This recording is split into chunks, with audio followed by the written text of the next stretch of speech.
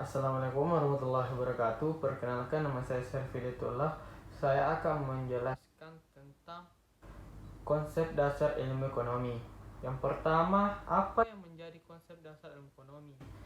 Yang menjadikan konsep dasar ilmu ekonomi yaitu berasal dari kata Yunani yang berat, yaitu oikonomia, yang terdiri dari dua suku kata, yaitu oikos yang berarti aturan rumah tangga, dan enam yaitu aturan. Jadi ekonominya berarti aturan rumah tangga.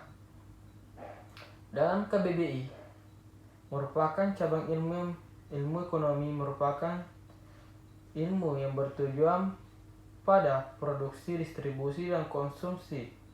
Menurut GBC, mengartikan ilmu ekonomi sebagai sebuah kasus tentang peraturan yang bisa menentukan kejayaan. Yang kedua yaitu apa saja yang diketahui tentang konsep ilmu ekonomi.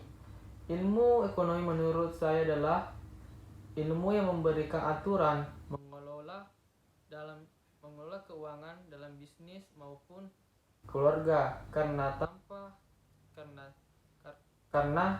apabila tidak pintar mengelola keuangan akan menghancurkan sebuah keluarga atau bisnis perusahaan. Yang ketiga yaitu apa pengertian dan tujuan ilmu ekonomi. Ilmu ekonomi dapat diartikan sebagai ilmu yang mempelajari penggunaan sumber daya alam yang terbatas dalam memenuhi kebutuhan manusia yang tidak ada batasan. Ilmu ekonomi juga sebagai ilmu mempelajari usaha manusia untuk mencapai kemakmuran.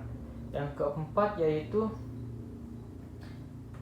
bagaimana pembagian ilmu ekonomi menurut teorinya. Yang pertama yaitu ekonomi makro, dibagi menjadi dua, yaitu ekonomi makro dan mikro. Ekonomi makro yaitu ilmu yang diterapkan di kehidupan nyata seperti investasi. Sedangkan ekonomi makro yaitu ilmu yang mengkaji mekanisme kerja perekonomian secara keseluruhan. Yang kelima yaitu menurut Anda, jika harga kebutuhan pokok pada saat menjelang lebaran naik, apakah termasuk barang yang langka? Menurut saya tidak, karena yang mengakibatkan barang naik harganya karena barang tersebut sangat dibutuhkan sehingga barang tersebut bisa naik. Yang kedua yaitu karena perpindahan barang dari suatu daerah ke daerah lain.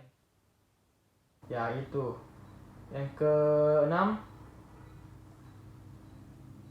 yaitu mengapa pada pelaksanaan hari raya keagamaan harga barang kebutuhan naik? Karena sangat diprioritaskan untuk dibeli sehingga dibuat mahal oleh penjual. Dan yang kedua, harga naik karena permintaan meningkat. Memang pada saat Ramadan kita dianjurkan untuk berpuasa sehari kira-kira 13-14 jam. Tapi bukan berarti permintaan kebutuhan pokok menyusut. Pada bulan Ramadan kebutuhan akan sembako semakin laris manis. Yang ketiga yaitu adanya kartel bahan pokok. Bukan hanya kartel narkoba, tapi banyak juga yang mengambil jalan untuk kartel, yaitu gabungan beberapa produsen independen yang berusaha untuk menguasai pasar dengan cara memainkan harga dan menekan distribusi. Cara kerja biasanya adalah dengan meraup hasil panen petani dalam jumlah besar, kemudian hasilnya dijual sangat tinggi. Yang keempat yaitu rantai distribusi yang panjang. Proses pemindahan barang di satu tempat ke tempat yang lain ada distribusi. Pada saat bulan Ramadan diketahui bahwa permintaan akan bahan-bahan pokok akan meningkat, pasokan pun biasanya akan menipis. Oleh sebabnya untuk memenuhi kebutuhan beberapa daerah, antar daerah akan bekerja sama untuk memenuhi suatu dengan nilainya. Sekian, wassalamualaikum warahmatullahi wabarakatuh.